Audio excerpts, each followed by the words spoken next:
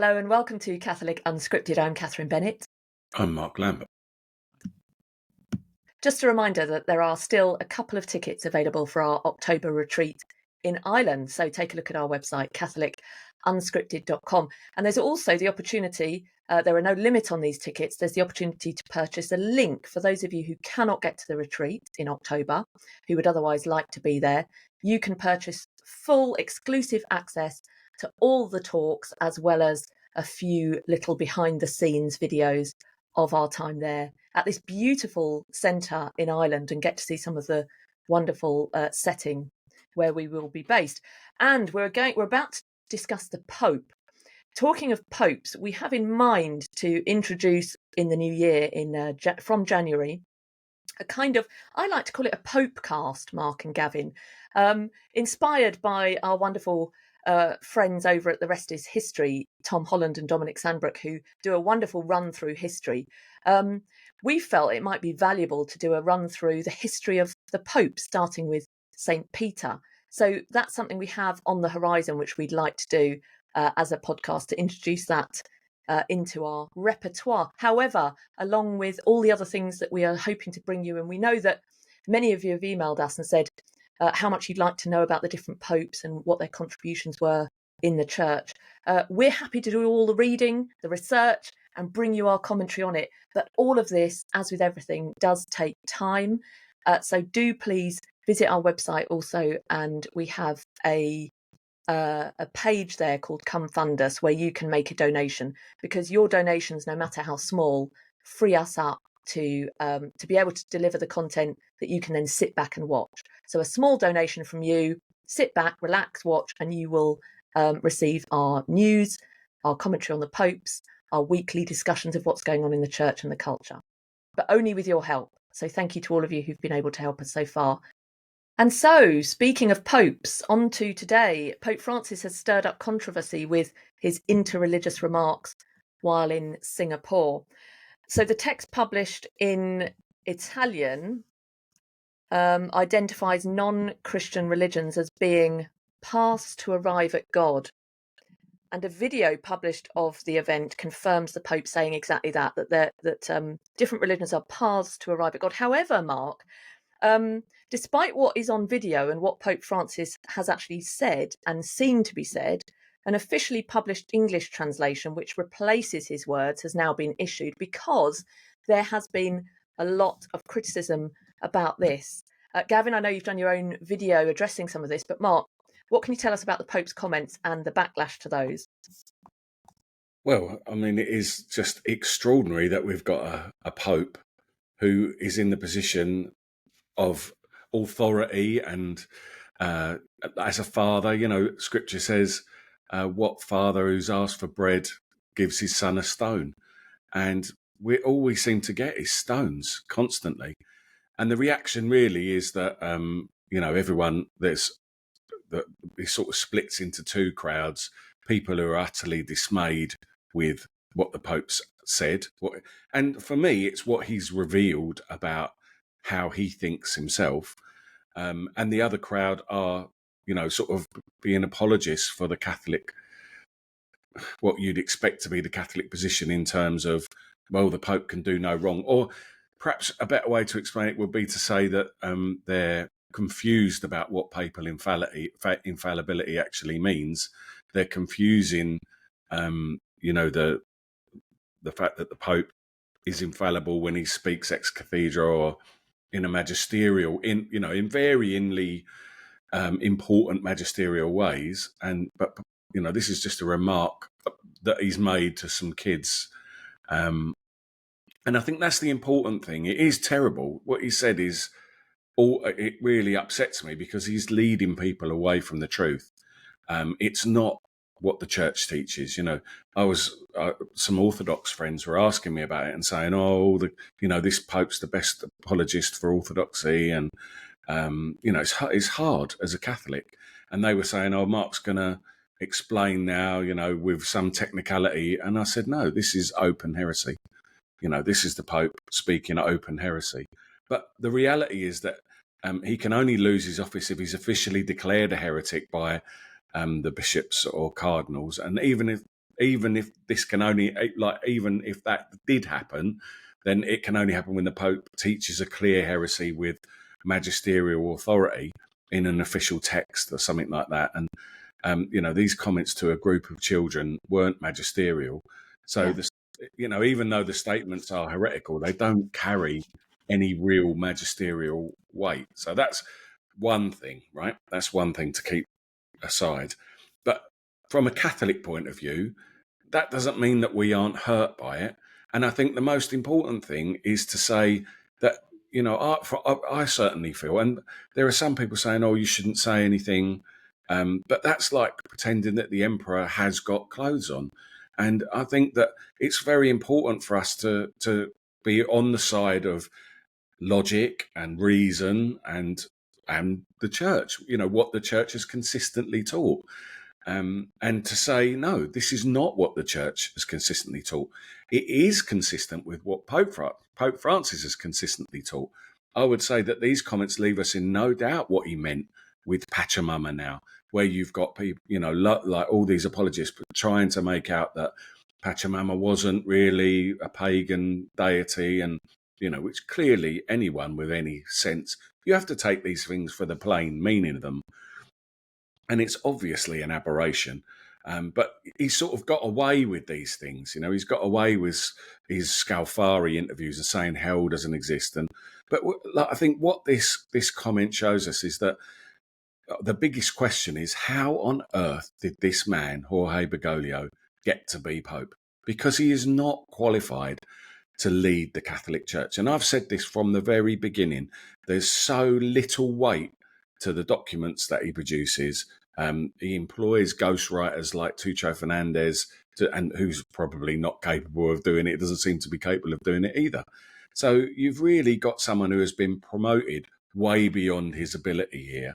And, it is sad and damaging, and people will leave the church. And more importantly, it's like, what's he saying here? He's saying, that it doesn't matter what you believe in. How on earth can you have a pope who doesn't think it matters what you believe in? It is. Yeah, it's interesting you say that there's so little weight to the documents that he produces, because the church has a long history of already having addressed this. We were discussing before we came on air, weren't we? You're going back to Pius XI on fostering true religious unity, Mortalium Animos, and then Humano Generis, and then Lumen Gentium 15 at the Second Vatican Council, post-conciliar documents. And I think one of the things that I'd quite like to hear your views on and discuss is,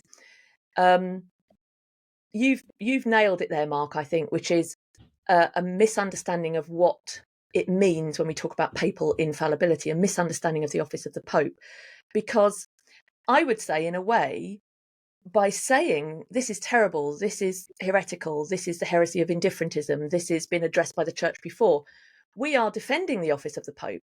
I would say people criticising are saying, because there is one truth, because there is one church, because there is one path, because there is a revelation, and the church simply reveals the truth, doesn't change it or edit it or invent it, we are saying the Pope, the office of the Pope, is absolutely key, and being in harmony with that is key. So in a sense, this irony that actually by defending the office of the Pope, we have to do that sometimes by criticising the man, the Pope who speaks, not ex cathedra, the Pope who speaks on an aeroplane, the Pope who speaks loosely and casually at a youth conference. And I think in doing that, that's the way of defending the church. But we face, as others do, attacks. I'll go to Ed Fazer, who I think is wonderful. Ed Fazer has said, Catholics who defend Pope Francis's doctrinal ambiguities are eerily like conservatives who defend Trump's betrayal of the pro-life cause. They shrilly tie themselves in logical knots to uphold what is really just a cult of personality, rather than any clear and coherent principles. So Pope Francis, Jorge Bergoglio, is in a sense is irrelevant as a man. It's what he stands for. It's his office. It's the principles. It's the truth. It's the foundation of truth. And so those who defend that are faithful to the church. No intellectually honest person can deny that Pope Francis is comparable to the notorious Pope Honorius, who was condemned by his successors and by 3 councils for giving aid and comfort to heresy. The difference is that Honorius's errors were fewer and less obvious. Very tough words from Edward Fazer, and he faces attacks, as we do, and as all people who speak in this way do. And the attacks we face are: you call yourself Catholic, you're extremists. If you're Catholic, you need to listen to the Pope. You're undermining the faith. You're turning people away from the church. We know there are certain people who make such comments here in our feeds. What do you have to say to them? I'm going to start with you, Mark, and then come to you, Gavin, just on that specific point. What do you have to say to them, Mark? I'm reminded of St. Cyprian of Carthage, who said, where Peter is, there is the church. And the question, and that is something I believe in as a Catholic. But the question here with Pope Francis is, do we see Peter in Pope Francis? No, we don't. St. Peter, who said to the Lord, to whom shall we go, Lord? You have the message of eternal life. This is the opposite of St. Peter that we see. And we've seen consistently from Pope Francis. There are dozens of verses from Scripture, John 14:6. You could just reel them off that contradict the plain sense of what Pope Francis is saying here. It really is a completely another religion. It's a religion of globalism. It's the religion of, apathy. It's John Lennon's Imagine. It's the thing we've been wrestling with. And the church has directly addressed all of these issues, and Dominus Jesus directly addresses this problem in paragraph 5.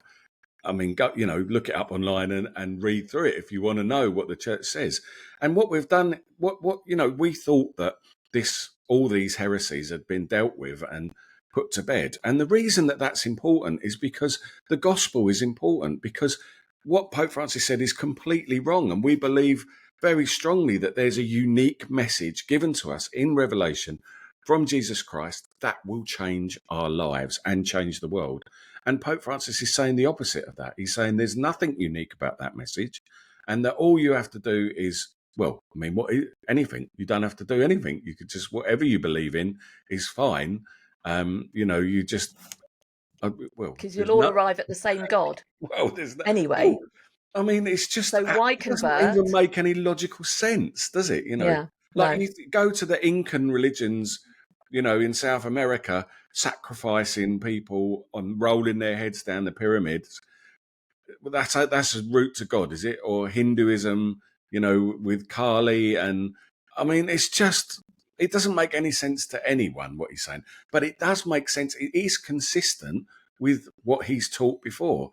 So I'm sorry if that upsets people who think that we should be a part of some cult of personality that just follows this man, follows this human being who is not Jesus, but is supposed to be the representative of Jesus. He's supposed to give us the deposit of faith, but instead of that, subverts it and changes it, and is in complete contradiction with everything that the church has taught. And we can prove it with the church teaching, which doesn't change. So I'm sorry, if it's between the church, if it's between the magisterium, if it's between Jesus, let's remember Bishop Strickland, God love him, this is what he said. He said, if it's between the magisterium and Jesus, or if it's between Jesus and Pope Francis, I choose Jesus. If it's between the magisterium and Pope Francis, I choose the magisterium. I choose the church. And that's what I do. And Pope Francis is one man. The church thinks in terms of centuries. This doesn't change the faith. It doesn't change anything about what we believe. It is just really, really sad, I think. Yeah, exactly. This is not dogmatic. It's not doctrine. It's Pope Francis just speaking, and it shouldn't be interpreted as such. Gavin, what do you have to say to people who are very critical of those who criticise the Pope? To go back to something you said 7 minutes ago, because it's a train of thought that you initiated, and I thought it was a very rich one, and I want to respond to it. And essentially, you began by saying that what we're actually doing is we're defending the office of the papacy here. I think there's a great deal to be thankful for in all of this, and I'd like to explain why. First of all, it gives us the opportunity to talk about the good popes as opposed to the bad popes. There is no doctrine of infallibility for the individuals who hold the papal office. The doctrine of infallibility is very carefully set out. It hardly ever happens. It's only happened twice. And it gives us the opportunity to explain to people who misunderstand what it is to have a pope and what the pope's role is. So there is a way of looking at the pontificate that Francis has engaged in, which is much more positive than what we're used to saying, though we've drawn attention to this a number of times. The fact is, we're at a period of crisis and confusion. And what Francis is doing is by articulating sub-Christian, anti-Catholic views, he's giving us a wonderful platform to talk about it we wouldn't otherwise have if he hadn't been there. If he'd been a rather sort of, an obscurantist, someone who didn't say very much, but simply in a solid way offered quiet, murmuring Catholic doctrine, well, that would be very reassuring. But for the times we're in, we really need a heretic in order to explain the difference between the heresy that he's promoting, because he's speaking on behalf of the world. All the things he's saying are what the world has been saying for the last 50 or 60 years. And it's slightly uncomfortable to have to say, well, we're doing this off the back of a traitor, of somebody who doesn't believe in the magisterium. He doesn't believe in the Bible. He doesn't believe in Jesus. He doesn't believe in the Catholic Church. He doesn't believe the martyrs have died for good reasons. But we'll take this disbelief in order to explain to you why the Catholic faith is an absolutely wonderful thing and what Jesus really meant. So here we are. The gospel today allows us to do exactly that. And it shows how disastrously off-key Francis is. So the first thing is that Francis allows us to defend the papacy by saying this is what happens when you have a bad individual pope. But my goodness, we've had the most amazing, wonderful popes. The last two have been fantastic, and how grateful we are. And what a wonderful thing the church is when the papacy is working properly, like any other organization when it's working properly. Sometimes it doesn't work properly. Why? And that takes us on to the second bit of being grateful. Because we're in a huge civilizational crisis. We're in a crisis of authority, a crisis of truth, a crisis of faith. And what Francis is doing is he allows us to speak right into this crisis and say, this whole thing that's been developing over the last 50 years, it's astonishing that Francis is talking like a third-rate RE teacher from the 1960s, but it gives us the opportunity of addressing what everybody around us has been taught by all the third-rate RE teachers that have been prattling this rubbish since the 1950s. So we can tell them and say, as Mark has just done so beautifully, look, it's all nonsense. It matters that people die for the faith. The truth matters. There's a difference between Inca child sacrifice and the way of the difference between Mohammed and Jesus. There's huge differences. So I think, I'm coming to the end of my exciting chat now.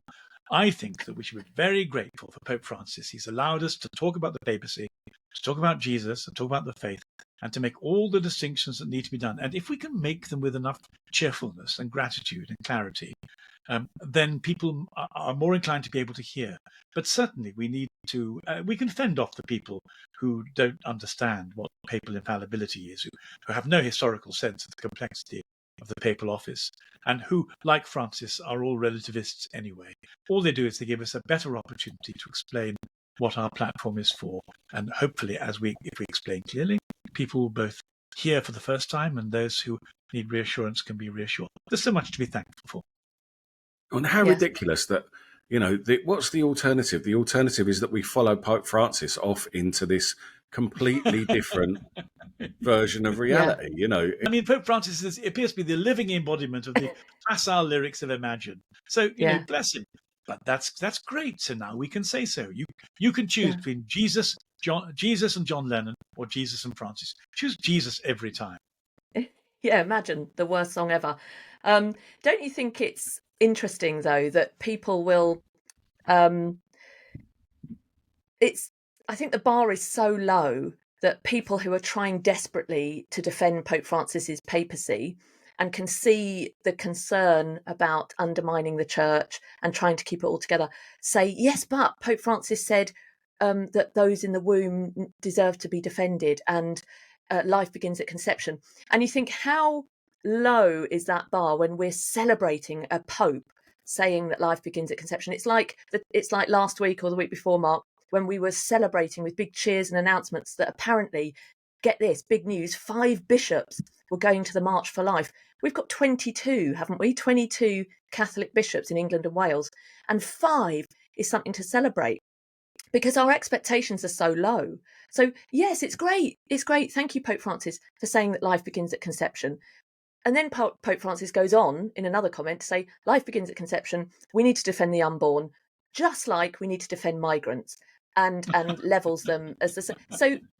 Yes, of course we're happy when we have clarity from Pope Francis. Of course, we'll be the first to celebrate it. But we should expect more than the very, very bare minimum of a Pope saying, I believe in God, and we shouldn't kill babies.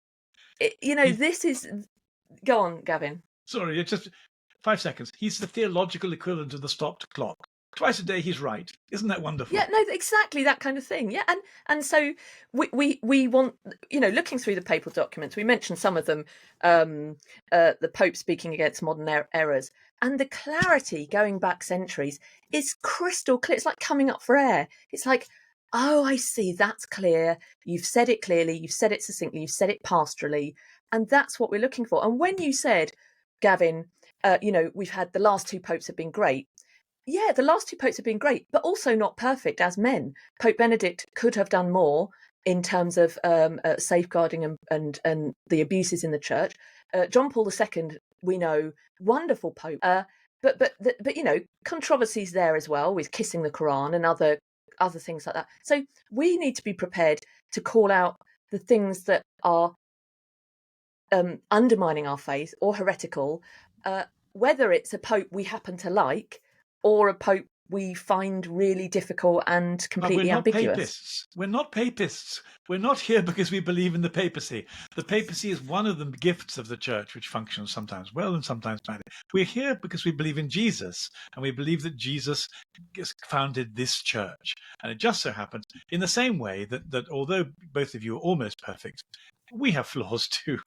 And of course we have flaws. So you're quite right. We don't believe in human beings. We believe in God, the Holy Trinity, and the gift of his church and Our Lady. And after that, things get very messy. Yeah, in a sense, though, we are papists. I mean, we do believe that this is one church. In any other era, we would... Yeah, we would be. So, yeah. I love these words. I love these words from Cyprian. It says here, the bride of Christ cannot become false to her spouse. She is inviolate and pure. She knows but one dwelling, and chastely and modestly she guards the sanctity of the nuptial chamber. There is just the Catholic Church is what Christ has given us. Christ is the head of the Catholic Church. The Pope is his representative on earth. He is not the man that we worship. Of course not. We don't worship him. We don't worship Mary. But we're papists to the extent that we see that point of unity. So can I explain what I meant by that? Because it might be misunderstood. When people accuse us of being papists, they misunderstand the role of the papacy. And they assume that we misunderstand it too, and then they accuse it. When I say we're not papists, what I mean is the purpose of the church is not the papacy. The papacy is a symptom of the church. It's not the cause of it. So we're not papists in the sense that people accuse us of being papists. Are we people who are grateful for the papacy as an expression of the church in the way that Jesus founded it? Enormously so. Do we celebrate the papacy? Absolutely. Do we love the popes? We do. We're not papists in the sense that people criticize us as they misunderstand the role of the papacy in the church.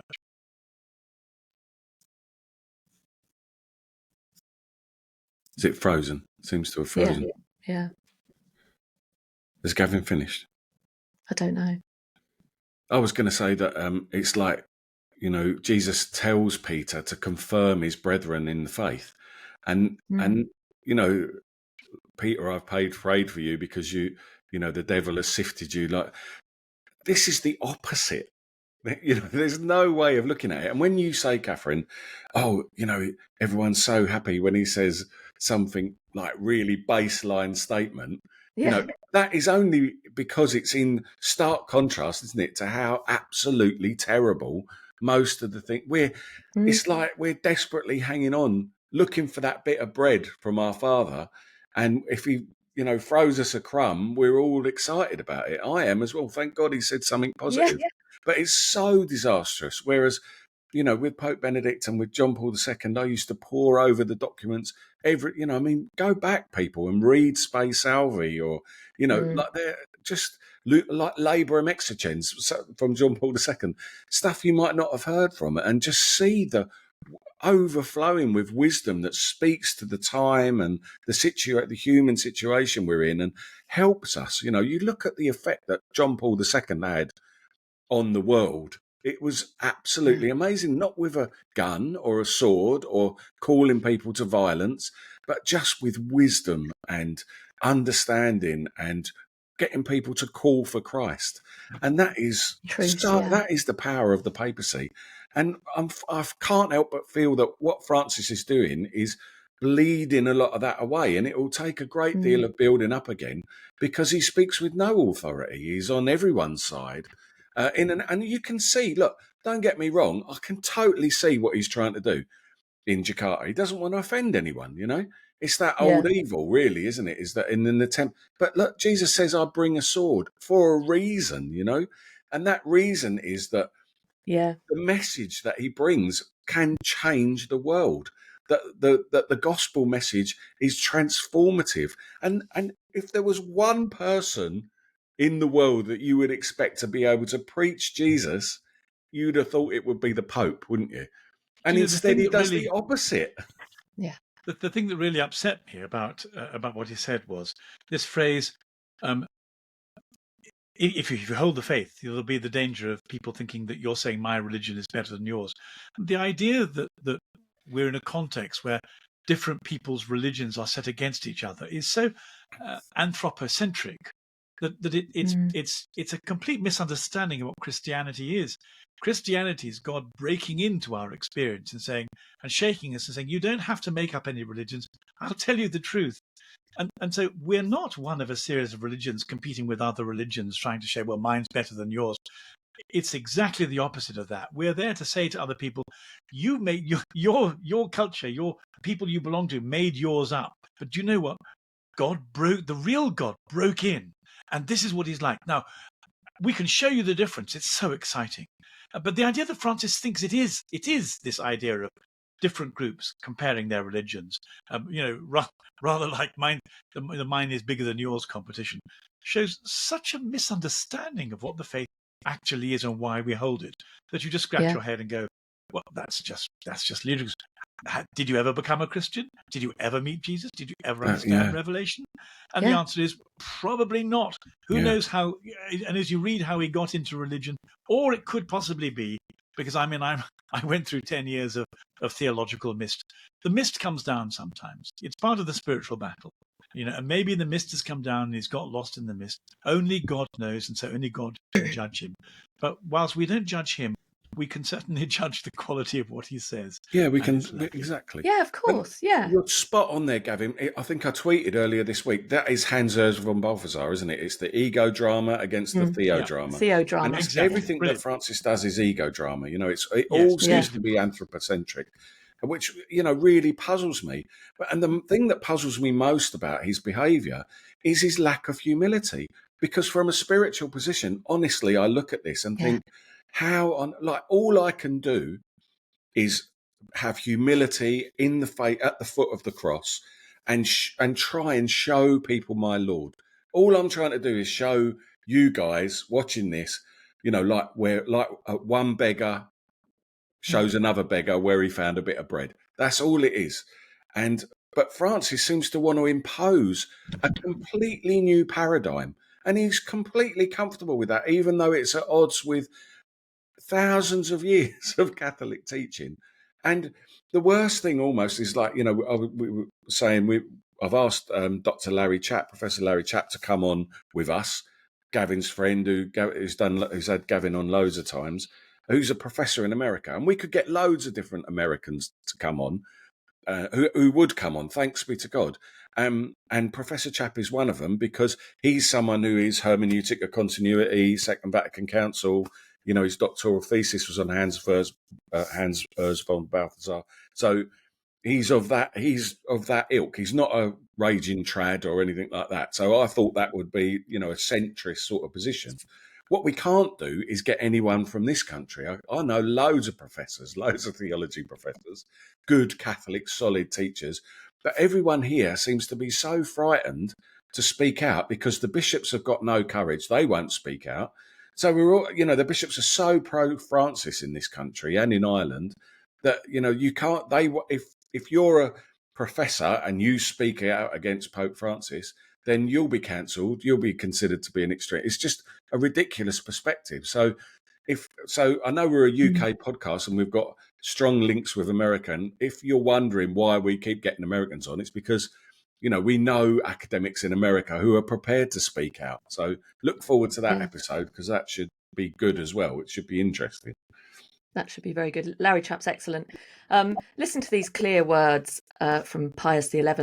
Jesus Christ sent his apostles into the whole world to declare the faith of the gospel to every nation and to save them from error. He willed that the Holy Ghost should first teach them all truth. Has this doctrine then disappeared or at any time been obscured in the church of which God himself is the ruler and guardian? Our Redeemer plainly said that his gospel was intended not only for the apostolic age, but for all time. Can the object of faith, then, have become in the process of time so dim and uncertain that today we must tolerate contradictory opinions? If this were so, then we should have to admit that the coming of the Holy Ghost upon the apostles, the perpetual indwelling of the same Spirit in the church, nay, the very preaching of Jesus Christ, have centuries ago lost their efficacy and value. To affirm this would be blasphemy.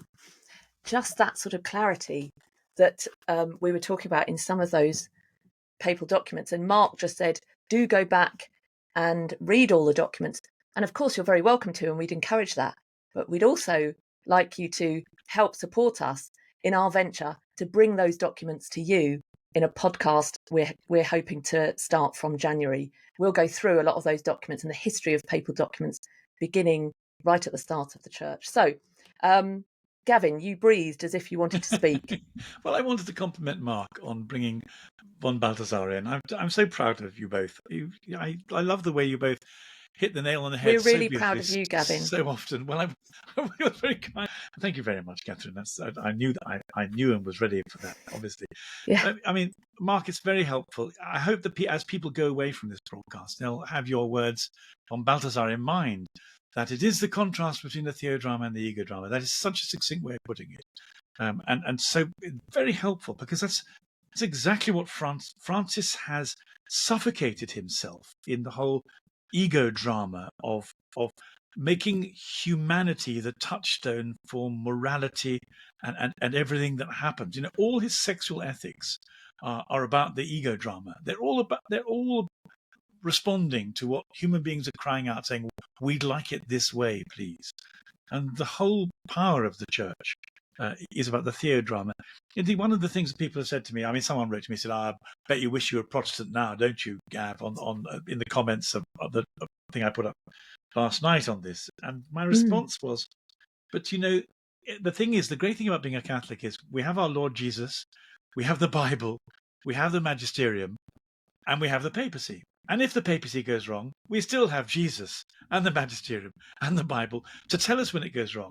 So that's why this is not a crisis of faith. It's a hiccup in the way in which the church is run. They just appointed somebody who, in the mercy of God's economy, was going to reflect all the heresies of the world and therefore give us the opportunity to make a distinction between the secularization of the world and part of the church and what the church has always stood for, which is why there are saints and martyrs all the way through. So, God bless Francis. He's given us the opportunity to do this, and I'm really quite grateful.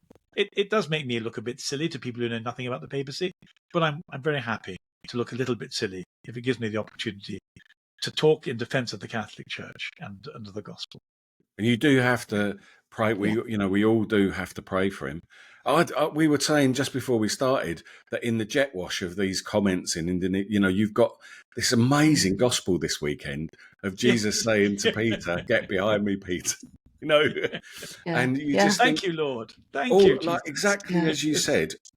if you understand Scripture, Jesus sets us up for this. You know, he says, like, he puts Peter in charge, and Peter is a fallen man. You know, one of the arguments that some Protestants have about is like, well, if Jesus was going to pick someone to be in charge, it would hardly have been Peter.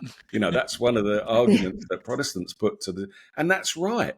But I think how extraordinary wise of our Lord to give us someone so fallible and broken and who constantly got it wrong, because it's a lesson. The whole history of the church is that, you know, if you put men in charge, they're going to, some of them are going to, in humility, rise to the power of the office. And some of them are going to, you know, some of them are going to want to be servants of the servant of God, which is what the Pope should be. And some of them are going to use and abuse the papacy to push their own agenda, which is all Francis has done for over 10 years now. Can I just bounce off that a moment? Catherine, are you about to come and take... No, bounce like you did off your motorbike. Okay, well, so this is... You see, I think it gets even more exciting than that, because we've got Judas. And so for 3 years, Judas Iscariot is one of the 12. I mean, he's 12%, isn't it? No, not 12%. What's a 12? 8%. Is it 8 or 12? 8. Yeah, let's not worry about the statistics, right. Gav. Just let's talk about Judas. Theology, more theology, less maths. There's flipping numbers. They go. They just. I can't pin those numbers down. They won't fit with it. But words are all right. So here's the extraordinary thing. The poor disciples had to put up with Judas all the way through. He must have set something. He kept on setting something off in them.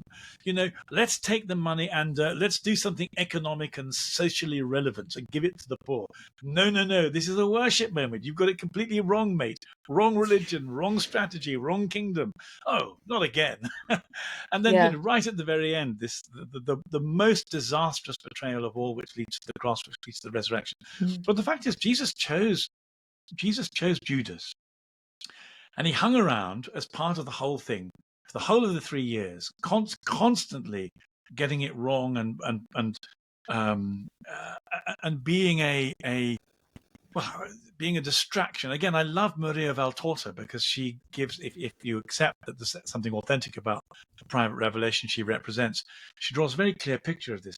And it does seem to me that the Pope Francis may be inhabited by something like the spirit of Judas. I know it's a very strong thing to say, and Lord have mercy upon me, a sinner, and save me from all the infiltrations. More humble, Gav, more humble. Okay, more. Anyway, but nonetheless, woe is me, a sinner, the worst of all sinners. Come along, St. Paul, I can compare with you. But it does strike me that it's no different to the apostolic band. They had Judas, we've got Francis. What's new? Come on, guys. This is how the spiritual struggle configures itself. It's just, if Jesus had chosen 12 men who were absolutely brilliant in everything they always did, it would be a trifle demoralizing. But they all screwed up one way or another. Peter screwed up big time in some ways. Judas had this, long, low dive into apostasy, which resurfaces in the church from time to time. We got a bit of that now. And Judas, the key thing there is Judas couldn't allow himself to be loved. He couldn't receive the mercy of Christ. So Peter, in that gospel today, that very worldly, very human way of looking at it. No, Lord, you mustn't suffer. This can't be. And what seems like a really harsh response, get behind me, Satan, because it's not God's way. In some ways, it's a very reasonable position. In some ways, it's a very understandable position. But nevertheless, it's not God's way. And Judas and Peter both exhibit that worldly way of looking at things. But Peter receives Christ's love, and Judas takes his own life because he isn't open to that. He isn't able to receive that mercy, to receive that love. And I think it's as much a lesson to us in not just loving Christ, but being able to receive love. It's to love and to receive love. It's always that relational, which is the Trinity. Why is God a Trinity? The lover, the beloved, and the relationship between them. Then the marital relationship, the lover, the beloved, and the relationship between them, which is fertile. So I think that closing off to love is the real killer there. Good, very good. Right. We also wanted to draw attention to the fact that in the middle of all this ambiguity and madness and argument and discussion, the miracles keep on happening. Just this week, the incorruptible and untouched body of a cardinal who died in 1971. He was a Roman Catholic cardinal and patriarch of the Armenian Catholic Church, Cardinal Gregorio Pietro. He's looking good, isn't he, Mark? Unbelievable. He's looking better than I am. People are actually saying, gosh, I met him in Australia in 1960 something. He looks better now than he did then. Yes, and right. he's been dead about 50 years or more. Anyway, so the miracles is much fresher than mine. Eucharistic miracles, incorrupted saints. This carries on and always will, won't it? What an interesting story to follow. So this afternoon on, I'll put it up on channel. There's a 15-minute interview which one of our television commentators, Neil Oliver, has given me to defend the Catholic Church. And one of the things he throws up, of course, is the whole question of child abuse. And one of the responses to this is of course, there are execrable, almost unforgivable, dreadful things like that. But you have to do what Catherine's just done and say, well, okay, if you're going to weigh the Catholic Church in the measures, like mene tekel parsin, you've been found in the balance. Are you wanting or not? The fact is, the Catholic Church is not wanting in many ways, precisely because whilst there are people, for example, who abuse authority, we keep on throwing up saints. Whilst there are people who don't believe, even some popes, miracles keep on happening. How can you not believe in the face of all these miracles? If you're the Pope, does not Carlos Acutis, is he not some form of remonstration? If a teenager can go around the world talking about the miracle of the Mass, why is the Pope not doing it? Yeah, why isn't he saying Mass? So if the Pope is not, why isn't he saying Mass? But the fact is, if the Pope won't do it, the Lord, the Holy Spirit, will raise a teenager to do it, and he'll do it in a way that catches the imagination in an even more fertile way. We don't have to worry about the Church. The Church is in God's hands. The fertility of the miraculous is a constant reminder of how God is at work amongst us, and in my case, despite us. I'm so grateful. Yeah, and we're all called to be saints. Let's not forget that. It's not the odd person here or there who's a strange exemption from the norm. It's the norm for all of us. So yes, God will raise up saints, and always raises the saints that are needed to defend the Church against the heresies of the time in which we live. So those saints are being raised now, and who knows who may be among them. Mark, you just look like you wanted to speak. When people attack us with those sorts of problems, for me, it's always like they're saying, their argument is like saying to a doctor, 50% of your patients died, and the 50% of them who died are the ones who didn't take the medicine. You can't attack the doctor if the people who don't take the medicine end up, and that's where we are, because the people who are abusing children, and these are people who aren't doing what the Church says, not people who are doing what the Church says. And it's the same with the Pope. Like if you've got a Pope who's not teaching what the faith is, then there's no wonder that we're in a time of confusion and apostasy and, all these sort of problems that we're facing at the moment. So it doesn't, for me, I feel that I'm in a constant battle to try and be holier, to try and be humble, to try and, to have that humility before my Lord and Saviour. Because the reason is because I know when I'm at that way, it's better for me. I know that I'm in a wonderful place when I'm close to Jesus like that.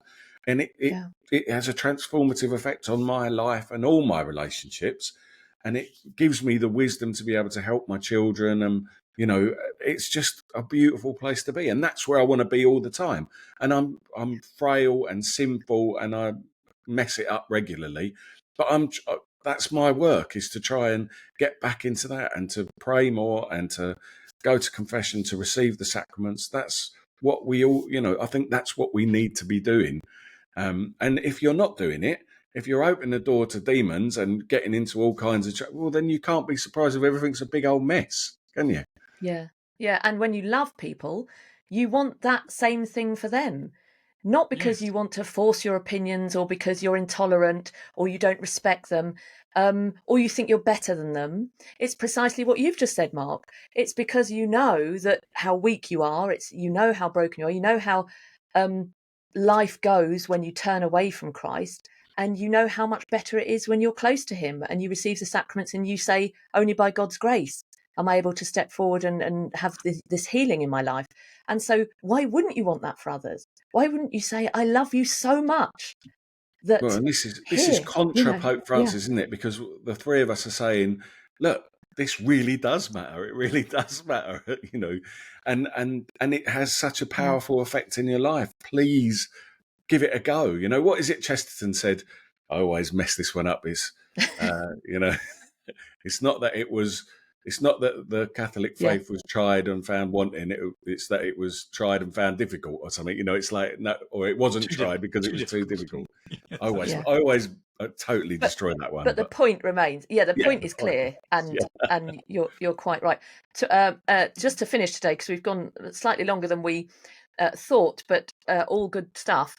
The last thing to mention from the UK is that you cannot be a Lib Dem, which is a Liberal Democrat. So this is you might say, the third most popular party after Labour and Conservative in the UK. If you are a Catholic, essentially, though they might not explicitly say that, if you're a Lib Dem, they say that if you're against abortion, you can't be a member of the Liberal Democrats. Well, ergo, if you're a Catholic, you're not welcome. What do you think of that, Gavin? To say what a good man David Campanale was. He was a BBC producer. He's a very competent guy. He happens to be a Christian. I don't understand politically why he's a Lib Dem, and it's hard to forgive him for. But anyway, we will forgive him. But he stopped being a producer and tried to become a Lib Dem MP, and then they discovered he had Christian convictions.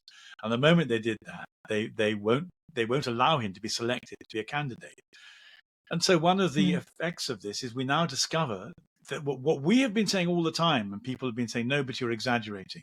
And that is that if you're a Christian, you've already been excommunicated from the public debate. And Rod Dreher has been saying this a very long time too, and also being laughed at and saying he's been overreacted. Now, the thing is, David's brought this to the surface. And what I wanted to say, as I was thinking about this before we started, was we're long past the point when we should go, oh my goodness, isn't this terrible? How surprised are we? We've been saying for a very, very long time that they're excluding Christians from the public process. If you believe in Christian marriage, if you believe in Christian anthropological identity, you can't take place anymore in this quasi-Marxist society we're in. It shouldn't be a matter of surprise. It should be us saying, this is happening and it's going to get a great deal worse. It's outrageous and we want to expose it as outrageous. We should be expressing outrage, not surprise.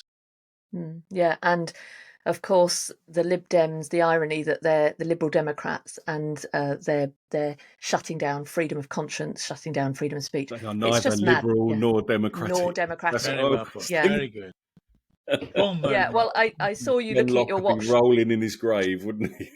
Yeah, well, exactly. Yeah, saw you looking at your watch there, Mark, and you had little Harry on your lap. We were with you all day yesterday, and my children tried to steal Harry because he's very cute, and you didn't seem to mind too much. No, he's also very smelly. We'll get our hands on him next time. We'll add to our dog collection, our growing dog collection. Anyway, so I think unless, do you want to add a little there, Mark? I know you're short of time. No, well, Gavin absolutely nailed it as always, exactly. and that's the thing. It makes me so sad that the party leading the charge. I mean, but it's in a way it's so appropriate, isn't it? Because this is what the woke culture is. It's the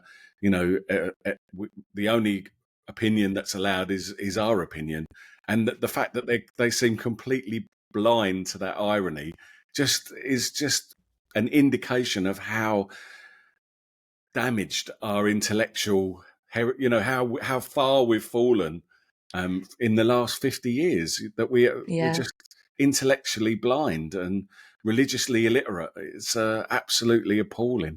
It would be good if we could get them on the Trade Descriptions Act and make sure that the people who runs the Trade Descriptions people should write to the Liberal Democrats and said, you have to change both your names because they don't count anymore. To As the Mark said, you're not illiberal liberal. undemocrats. Yes, that's right. Yeah. You must call yourself illiberal anti-democrats. That's right. Yeah, it is madness. Tom Holland said we're swimming in Christian waters. You know, whether we're Christian or not, that's how we have to understand our culture. But up to a point, and I think what's becoming clear to me, especially a lot around these pro-life discussions, is how much people have been swimming in non-Christian waters in this well, you'd call it now this woke ideology, but a moral relativism. You know, do as you wish. There is no truth, and we've been swimming in it for so long that I suppose I'm actually surprised sometimes, though I shouldn't be, with some of the responses we get and I get to things that I think, gosh, you are so indoctrinated. You don't see it, but you are so massively indoctrinated that you don't recognise that there's anything outside of what you have just been, you know, living in and being told in schools and so on. I don't know if you've listened to David Starky. Dr. David Starky is really cross about Keir Starmer. I nearly called him Tony Blair there. But Starky is cross about Tony Blair as well. Yeah. But if you like, he's got this little run-in with him, hasn't he? Because he was like the chief prosecutor when he went through his thing where he was cancelled and all that. So there's a bit of personal beef there.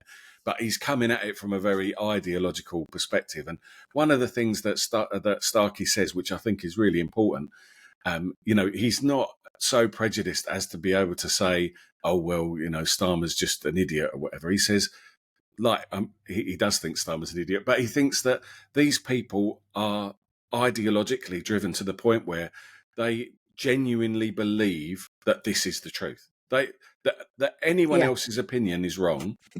You know, and that what he's saying about, you know, women not being women or whatever, you know, all this nonsense, he genuinely does believe that accepting this stuff is going to make the world a better place. And that's what's really terrifying about it. Yeah. But what's mad about that is essentially what he's saying is, I genuinely believe, absolutely, and will die on a hill, that the fact that there is no truth is true. You know, the fact that there is no, you cannot say that abortion is wrong. You cannot say that transitioning is wrong. You cannot say that having sex outside marriage is wrong. You cannot say that. I'm absolutely committed to the view that there is no truth. Therefore, everyone can do what they feel like doing. Which is ludicrous because you're committed to that unless truth. it's smoking in a pub garden. Yeah, well, but we were talking. Catherine and I were talking about it yesterday, and I've seen it in really intelligent, like doctors and friends of mine who are really, you know, you'd think would be really intelligent, but they're unable. I think Ed Pfizer tweeted Copleston, the debate with Russell and Copleston, you know, from 75 years ago. Where, I mean, you can still listen to it. And it was one of the things that really led me to take my faith seriously, because they are both so erudite and they've got different perspectives, but they respect each other's perspective and they're able to enter into a dialogue which brings light, not heat. And we seem to have completely lost that ability, so that people, you know, like I've got friends who are doctors and you'd think they were clever people, but they're so dismissive of any opinion that isn't theirs. It's quite frightening. And it's these dogmatic times. This is what Starmer represents to me, you know, and what David Starky is talking about. It's this sort of march of this new imperialism where if you dissent in any way from the woke agenda, you know, then you're cancelled. I'm desperate to throw a 10-second one in, if you don't mind. In one of the comments on one of our previous episodes, somebody said, Gavin believes that the Trump election was stolen. I'm never going to listen to him again, or you two. I think you were held guilty by association. And what I wanted to say was, do you think I'm a complete moron? Why do you think I might think that? Might it be that I saw evidence that led to having an unpleasant and difficult conclusion that this was a very strong possibility. Is there a remote possibility you haven't seen this evidence, that the sources of information you tap into don't provide you with any of this? Should there not be some opportunity to compare the merits of the two positions before you say that the person who doesn't believe what you believe is somehow evil or stupid? It's exactly this dimension that Marx talked about that is missing completely from the opportunity to talk to our peers in society. The left-wing assumption that if you don't believe what they believe, you must not only be stupid and ignorant, but also evil, and the absolute impossibility of this material that they have not come across that would make them change their mind, because our minds have been changed by the evidence. But also that idea that you can't, that we have to dismiss you completely and wholly as a character if you say one thing. Yes, that 100% dismissed. Maybe they haven't Total paid attention. Maybe they think, maybe they think Gavin hasn't paid attention to the evidence. Maybe he's got it wrong, or they might think he has, and that's his view. But to dismiss you completely out of hand because of that, rather than saying, actually, Gavin's quite good to listen to. I think he's wrong on Trump, but I think he's really good in this way and that way. There's no ability to do that anymore. It's just it's black or white. In a weird way, it's black or white. Because this is the thing Kreeft always talks about. It's inevitable that it will end up like this. So although we're desperate to say freedom, no limits, no boundaries, do what you want, believe what you want, be trans if you want, sleep around if you want, don't, who cares? There are no rules. There's nothing going to tie me down. Because that is unreal. You can't live like that. It's not reality. What happens is you get this soft totalitarianism. You get this having to go to those limits. You get this polarization. You get things being black and white and saying, I'm either going to be for you or against you, and that's it. So people, again, going back to the Lib Dems who are illiberal and undemocratic, you end up becoming incoherent. The whole thing is incoherent. And of course, lies are incoherent. So what I'm banking on, and I think I see happening, is then truth, which is always coherent, becomes so appealing. Because as the devil overplays his hand and you see the chaos of somebody holding rigidly to a position while rejecting the idea of anything being true, and how mad something like that is, then you think, actually, is there any truth? Is there any anchor? Is there any ground? I was speaking with a young person just this week who couldn't comprehend that anyone would think that two gay men purchasing a baby through surrogacy could be wrong. That to think that is the most vile, horrible, cruel, Nazi-ish view on the planet. And that's what I mean about swimming in these waters. This was a young person. So all they've ever known, if they haven't had a Christian upbringing, just like as Tom Holland said, if you're swimming in Christian waters, you imbibe it. It sort of seeps in, doesn't it? And now our liturgy's gone. We have no liturgy that draws us to the beautiful and the good and the true. We have no experience. Everyone's at the gym or lying in or getting drunk or going to nightclubs or even doing virtuous things like, reading and exercising. But there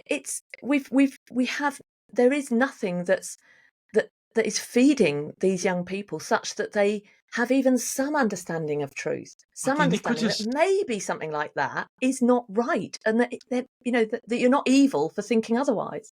There's a nasty trick that the devil has played on our society, and it goes something like this: that the younger generation have been taught by the left-wing ideology that if you don't believe the right things, you're bad.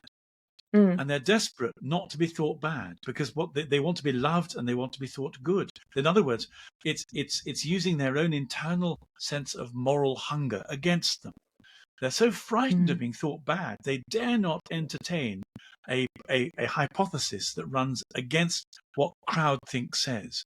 And so the person you were talking to is terrified of the thought, because if she were to entertain it, she might become a bad person, and she's desperate not to be a bad person, so she can't even go there.